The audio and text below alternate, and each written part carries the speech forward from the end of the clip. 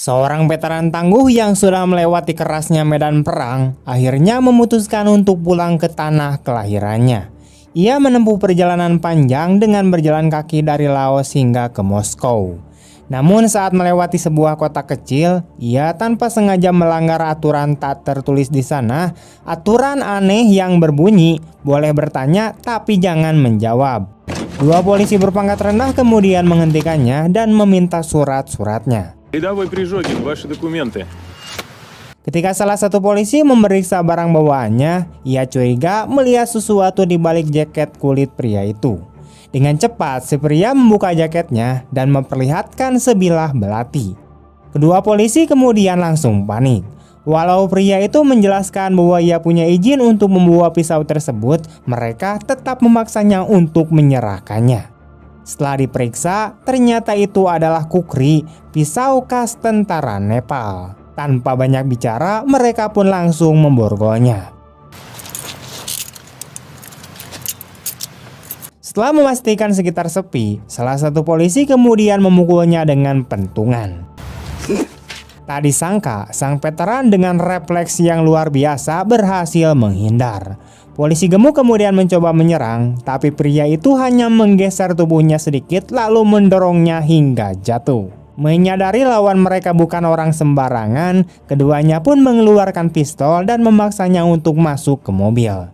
Sang veteran tidak ingin memperpanjang masalah dan ia pun ikut patuh masuk. Tapi tiba-tiba polisi gemuk itu menghantam punggungnya dengan pentungan. Anehnya, pria itu tak mengeluh sama sekali, hanya menatap dengan sorot mata dingin yang membuat keduanya tidak sadar bahwa tindakan mereka akan membuat malapetaka. Di kantor polisi, barang-barangnya disita dan ia kembali diborgol. Tempat itu memang kantor polisi, tapi suasananya lebih mirip sarang perampok. Para polisi di sana bisa membuat onar, lalu memeras rakyat dengan dalih uang perlindungan, di mana hasilnya kemudian mereka bagi bersama anak buahnya. Seorang kapten kemudian masuk ke sel dan bertanya kenapa pria itu diam saja. Namun si veteran tetap bungkam. Sang kapten kemudian mulai geram, memukulnya dengan pentungan hingga terdengar erangan lirih. Semakin keras kepala pria itu, semakin beringas kapten tersebut. Ia menempelkan pentungan ke wajahnya sambil berteriak agar dia menjawab. Tapi si veteran malah menatap balik dengan pandangan yang menghina. Merasa tertantang, sang kapten pun kemudian semakin brutal.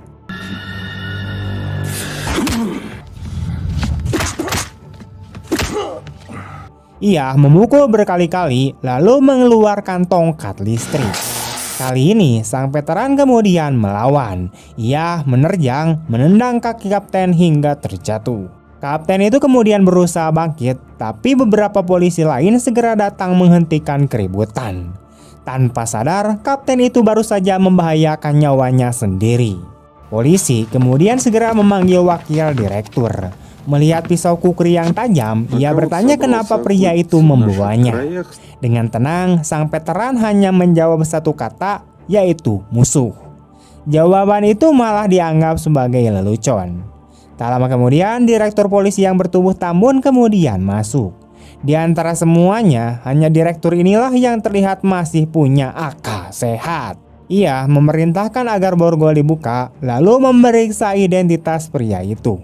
Betapa terkejutnya mereka ketika mengetahui namanya adalah Samanov, yaitu seorang mayor pasukan khusus. Seketika, para polisi yang sebelumnya sempat menyiksanya menyesal bukan main. Чё ты носишься, как ошпаренный? Заварил ты кашу. Direktur segera mengembalikan barang-barang Samanov. Semua tampak normal sampai si direktur melakukan kebodohan fatal di mana ia memutar musik dari pemutar MP3 milik Samanov. Samanov kemudian keluar dari ruangan dan berpapasan dengan seorang gadis cantik, merasa seperti pernah melihatnya. Setelah keluar dari gerbang, ia baru sadar MP3 player kesayangannya tertinggal. Benda itu sangat berarti karena selalu menemaninya di saat-saat sedih.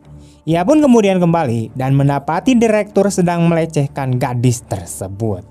Saat melihat gadis itu terpojok dengan wajah putus asa, Samanov awalnya hanya diam, mengambil MP3-nya, menggulung kabelnya dengan tenang.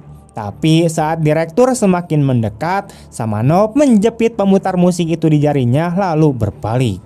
Seketika, sebuah hantaman keras menghantam kepala sang direktur yang bertubuh lebih dari 90 kg. Tubuhnya pun terjatuh tak berdaya.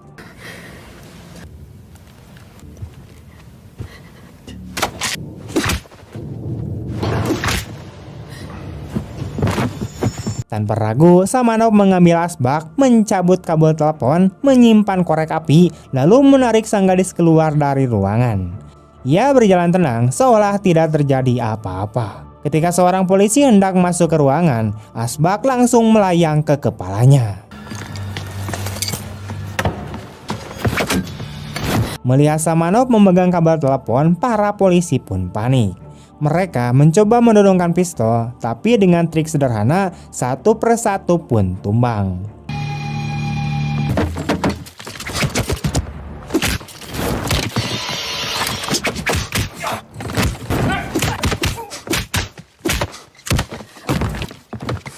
Gadis itu terperangah, tak menyangka seorang prajurit pasukan khusus bisa mengalahkan polisi dengan begitu mudah. Sebelum pergi, Samanov bahkan sempat membongkar seluruh senjata di kantor itu lalu mengajak gadis keluar. Namun mereka malah masuk ke kamar mandi yang penuh dengan polisi-polisi kampret. Samanov kemudian mendorong gadis keluar lalu mengajar mereka.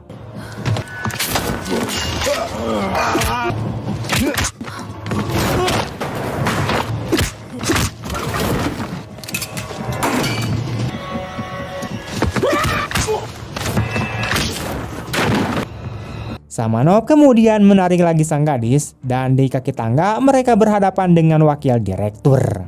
Belum sempat bereaksi, Samanov sudah melumpuhkannya hanya dengan 3 gerakan cepat. Jelas sekali bila ia memakai metode perangnya, tak ada seorang polisi pun yang bisa selamat. Di luar, Samanov bahkan sempat menyalakan rokok untuk seorang polisi dengan korek milik kepala polisi. Sementara itu, sang gadis masih gemetar, matanya berkaca-kaca. Ia sadar ulahnya sudah menyeret Samanov ke dalam bahaya yang besar. Jika tertangkap, ia pasti akan disiksa sampai almarhum. Maka ia memohon agar Samanov meninggalkannya dan pergi dari kota ini. Namun kapten yang sempat dipukuli tadi sudah siuman. Dengan penuh dendam, ia memerintahkan anak buahnya untuk memburu Samanov. Понял.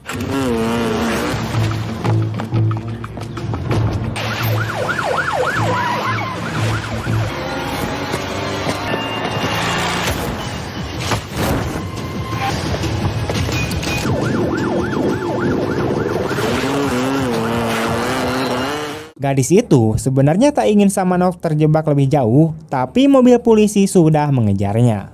Samanov terpaksa memacu kendaraannya lebih cepat. Polisi menembak secara membabi buta, tapi Samanov dengan gesit menghindar, lalu melakukan manuver berbahaya untuk berbelok ke jalan kecil. Tembakan polisi pun meleset semuanya.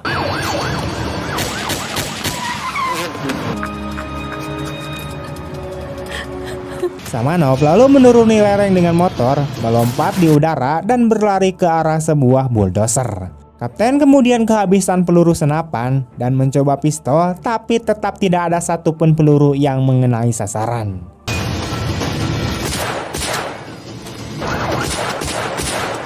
Dengan kemampuan menembak seburuk itu, entah bagaimana ia bisa jadi polisi, ia bisa jadi orang dalam atau bos.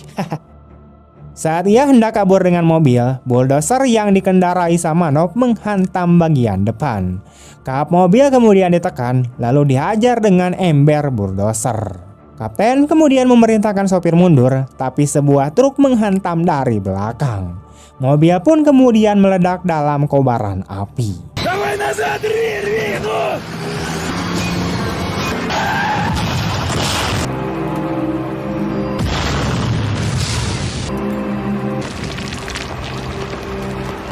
Kantor polisi kemudian geger, di mana kepala polisi sendiri dilanda ketakutan. Orang macam apa yang sudah mereka lawan?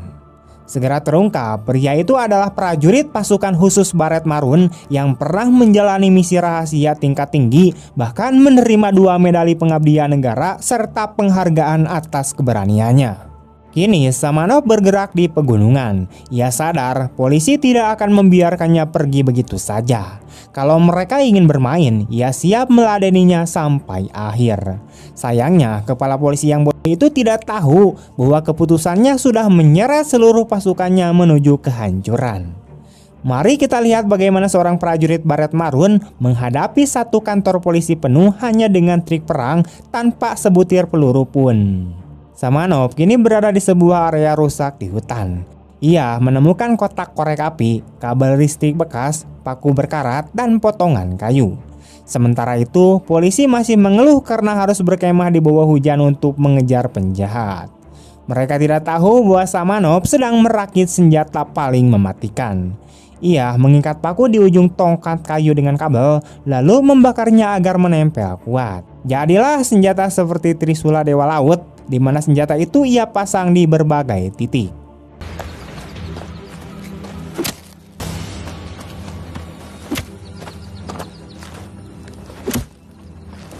Tak berhenti sampai di situ, Samanov menemukan rumah kayu kecil. Ia mencari apapun yang bisa dipakai, termasuk pelat logam bundar dan lorong rahasia. Setelah semuanya siap, ia hanya duduk tenang sambil memutar MP3 kesayangannya, menunggu musuh masuk ke dalam perangkapnya. Malam itu, 2 polisi sok jagoan menenggak brandy lalu nekat bergerak sendirian. Mereka berencana memanfaatkan gelapnya hutan untuk melakukan penyergapan, berharap bisa segera menangkap Samanov agar dapat penghargaan besar. Saat melewati pepohonan, mereka melihat cahaya api menyala di kejauhan. Tanpa mereka duga, target tampak begitu mudah ditemukan. Lampu kendaraan langsung dimatikan dan mereka mendekat perlahan dari arah belakang. Dengan cepat, keduanya menuju rumah kayu kecil itu. Polisi ceroboh yang pertama hendak menerobos masuk, namun tiba-tiba dahinya dihantam papan kayu hingga terhuyung. Ты где? Rekannya buru-buru menghampiri, tapi langsung disambut dengan tendangan keras dari Samanov. Ты чё? Ia berusaha melawan, namun malah dipukuli jatuh dengan batang kayu. Menariknya, Samanov tidak berniat menghabisi mereka. Sebaliknya, ia hanya mengumpulkan kayu bakar, lalu memaksa kedua polisi itu untuk saling memborgol di dekat api unggun. На, пристегнись. Давай ты тоже. Keduanya masih kebingungan, bahkan tidak mengerti apa yang baru saja menimpa mereka. Dengan tenang, Samanov hanya menitipkan pesan agar mereka menyampaikan pada mayor mereka untuk berhenti mengejarnya. Keesokan paginya, kepala polisi mendapati para penjaga hilang. Tanpa membuang waktu, ia segera mengerahkan seluruh pasukan untuk bergerak. Begitu menemukan rumah kayu tersebut, mereka langsung menyerbu. Tapi alih-alih menemukan target, yang ada hanyalah rekan-rekan mereka sendiri yang duduk di dalam dengan wajah yang lebam. Si botak bahkan sempat membual bahwa ia hampir berhasil menangkap Samanov, padahal jelas itu hanyalah tipuan. Sambil berisik, ia menyampaikan pesan agar sang letnan kolonel tidak lagi mengejar Samanov. Kepala polisi yang mendengar itu justru makin murka dan langsung menampar wajahnya. Demi mempercepat pencarian, ia memerintahkan pasukannya untuk membentuk barisan dan menyisir lebih luas. Sementara para polisi kesulitan untuk melangkah di hutan, Samanov bergerak lincah seperti ikan di air. Tiba-tiba, 2 polisi terjebak perangkap secara beruntun.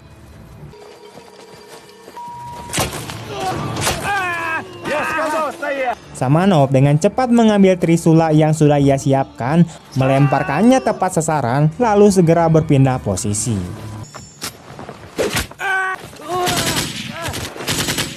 Suara ricuh membuat pasukan panik dan menembak secara membabi buta, hampir mengenai kawannya sendiri. Ты чё, придурок, автомат-то шо? Опусти автомат!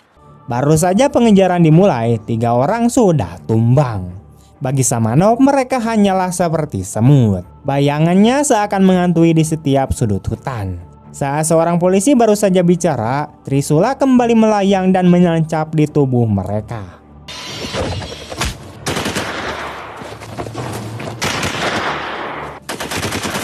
Все за ним! Зубов и ты остались! Kepala polisi segera memimpin pemburuan, namun jelas mereka melawan seorang ahli perang gerilya. Hutan adalah sebuah rumah bagi Samanov dan ia lenyap begitu saja dari pandangan. Beberapa saat kemudian, Samanov kembali dan melumpuhkan para polisi yang sedang menjaga rekan mereka yang terluka. Gerakannya cepat, tepat, dan tanpa ragu.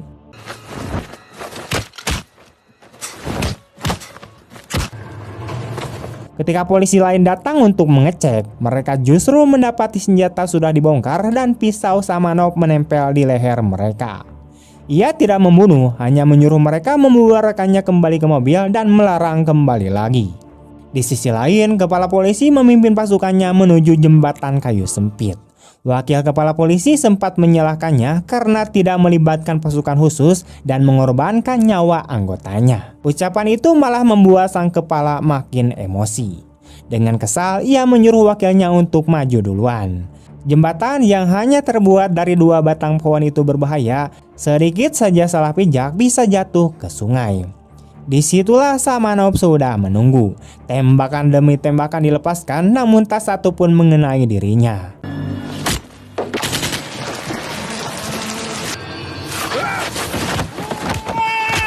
Wakil kepala yang bergerak lambat akhirnya tumbang menjadi korban pertama.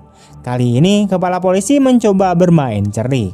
Jika tak bisa menemukan Samanov, maka ia akan menunggu sampai Samanov yang mendatanginya.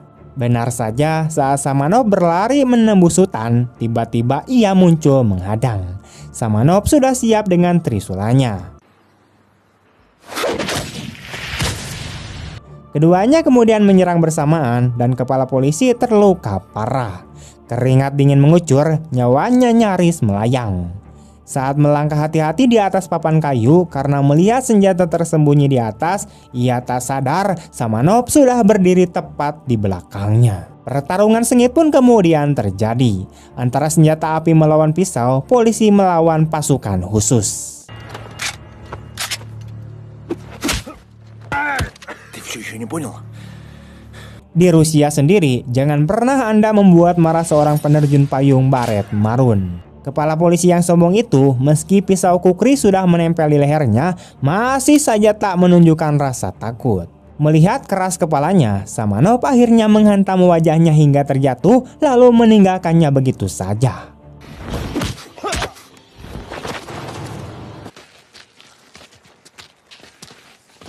Setelah itu, kepala polisi kemudian kembali ke kaki gunung dengan napas terengah.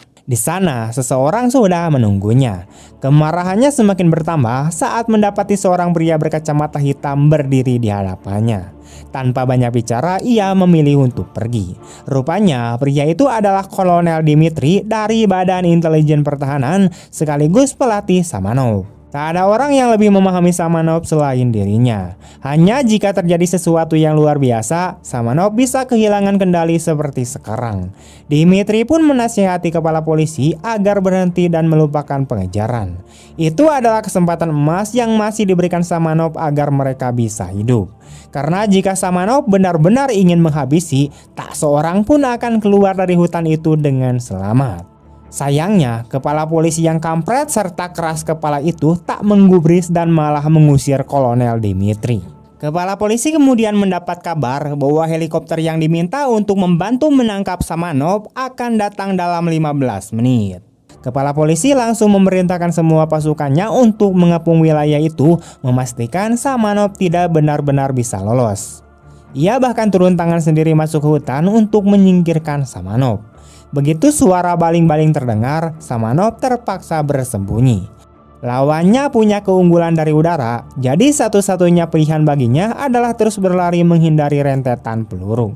Di depannya terbentang tebing yang curam. Tanpa ragu, ia pun melompat.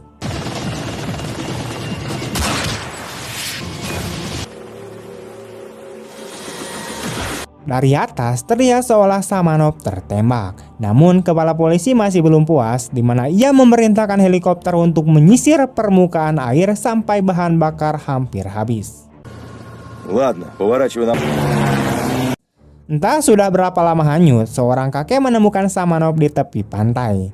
Ia dibawa pulang, dirawat, dan ternyata cucu kakek itu adalah Nastia, si gadis yang pernah diselamatkan Samanov dari kantor polisi. Melihat kondisinya yang sekarat, Nastia diliputi rasa bersalah karena semua ini terjadi akibat dirinya.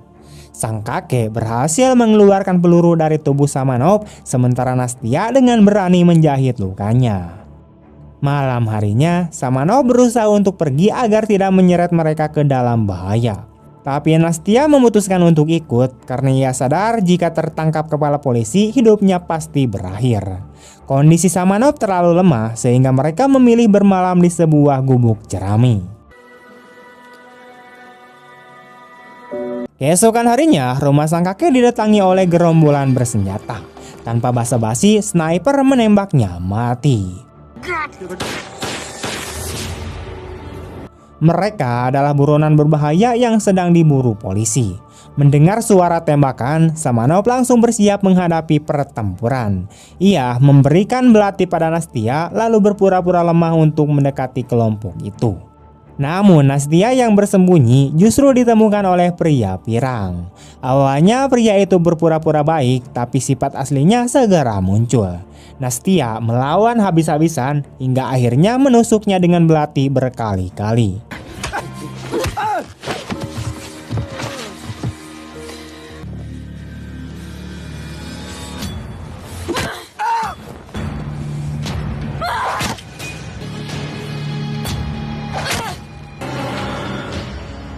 Gadis yang lembut itu perlahan berubah menjadi sosok yang tega membunuh demi bertahan hidup.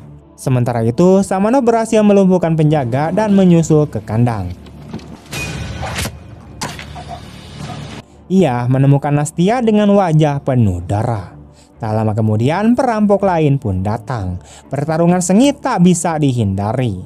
Meski tubuh lawannya lebih besar, kemampuan bertarung Samanov jauh lebih unggul. Ia merebut sabit dan menghantamnya ke jantung lawan.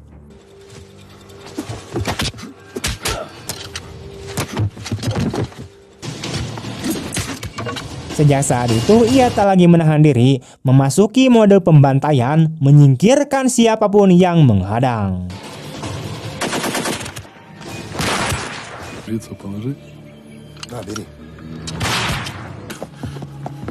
Tak lama, polisi dan pasukan khusus pun kemudian tiba.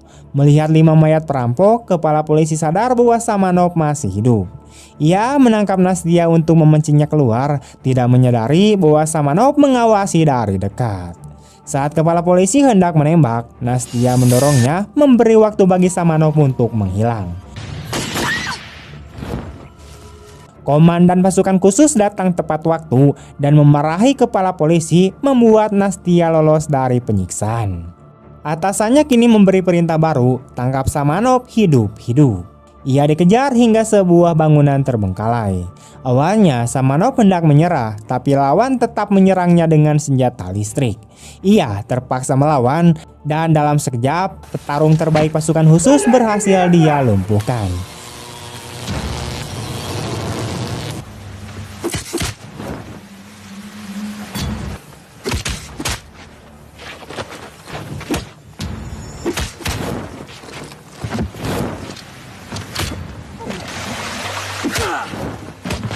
Bahkan komandannya pun kehilangan granatnya.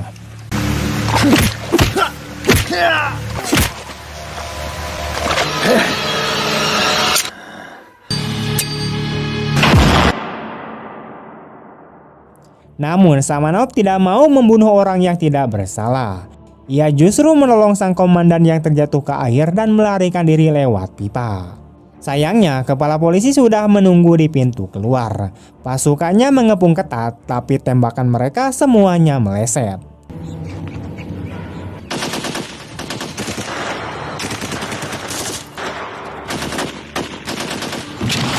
Samanov melompat masuk ke sebuah rumah kayu dan pertempuran pun kembali pecah. Aneh, meski dihujani peluru, rumah itu tetap berdiri kokoh.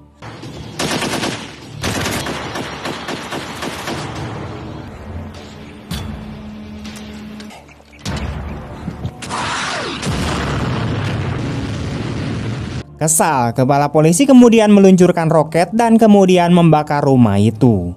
Ia yakin bahwa kini Samanov sudah mati tanpa menyadari bahwa Samanov sudah berlindung di ruang bawah tanah.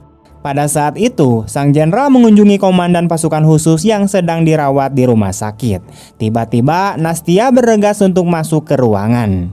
Dari ceritanya, sang jenderal kemudian perlahan mulai memahami seluruh kejadian.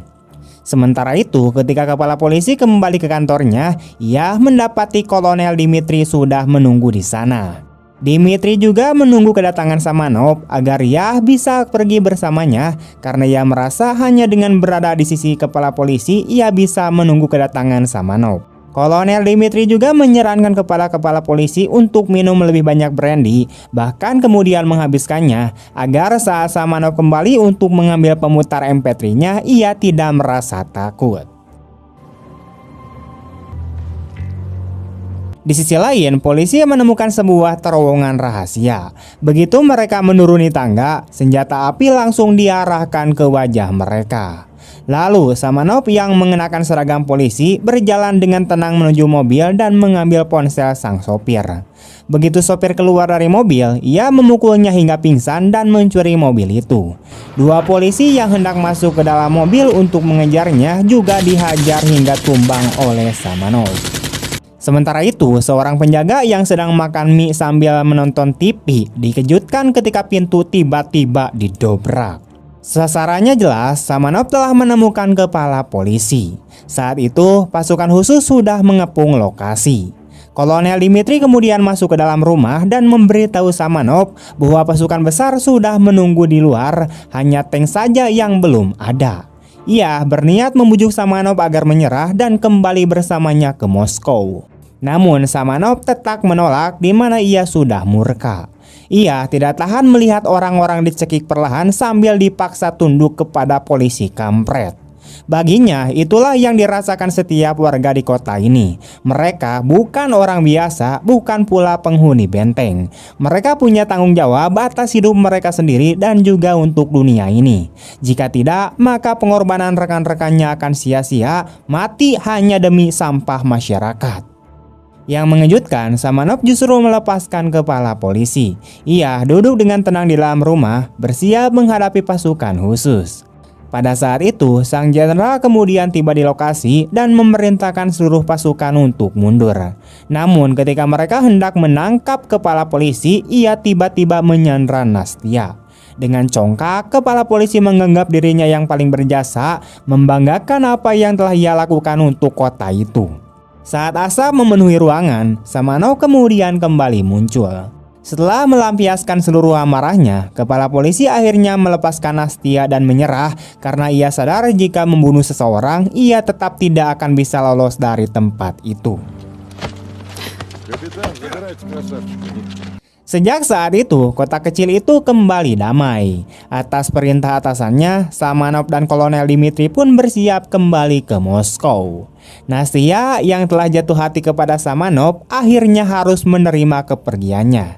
Nastia hanya bisa menatap mobil yang membawa Samanov perlahan menghilang dari pandangannya. Dengan begitu, film pun tamat. Dari kisah Samanov, kita bisa belajar bahwa ketidakadilan dan keserakahan pada akhirnya akan menghancurkan dirinya sendiri. Sehebat apapun kekuasaan yang dimiliki, jika digunakan untuk menindas rakyat kecil, apalagi juga digunakan untuk memperkaos masyarakat seperti yang dilakukan oleh para polisi begundal di film ini, maka cepat atau lambat akan runtuh. Samanov menunjukkan bahwa keberanian, keteguhan hati, dan keadilan bisa mengalahkan kebusukan yang bersembunyi di balik seragam maupun jabatan. Dan pada akhirnya, orang yang berjuang demi kebenaran akan selalu dikenang meski harus berhadapan dengan bahaya dan pengorbanan. Karena sejatinya kebenaran akan tetap